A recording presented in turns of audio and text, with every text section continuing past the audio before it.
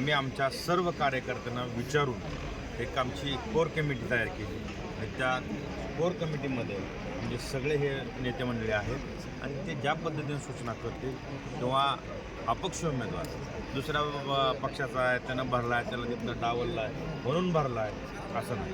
जे आमचे शिवसेनेचे पदाधिकारी आहेत ज्याला जिथून डावललं की काय परिस्थिती आहे बघून कशा पद्धतीने आहे तेच आम्ही होतं लढवण्याचा विचार आम्ही करत होतो आणि त्या पद्धतीनं आमचं ठरलं आणि म्हणून आम्ही आज हा मेळावा.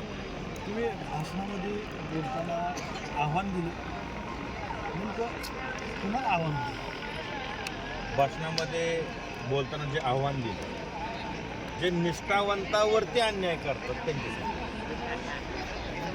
हे पुन्हा एकट्यासाठी नव्हतं. कारण आपण बघितलं असेल कशा पद्धतीनं बऱ्याचशा वक्त्यांनी त्या भाषणामध्ये सांगितलं की पक्षामध्ये कशा पद्धतीनं कार्यकर्त्यावरती अन्याय होतो. मला वाटतं जी काही दुय्यम फळी आहे त्या फळीमध्ये नेतेच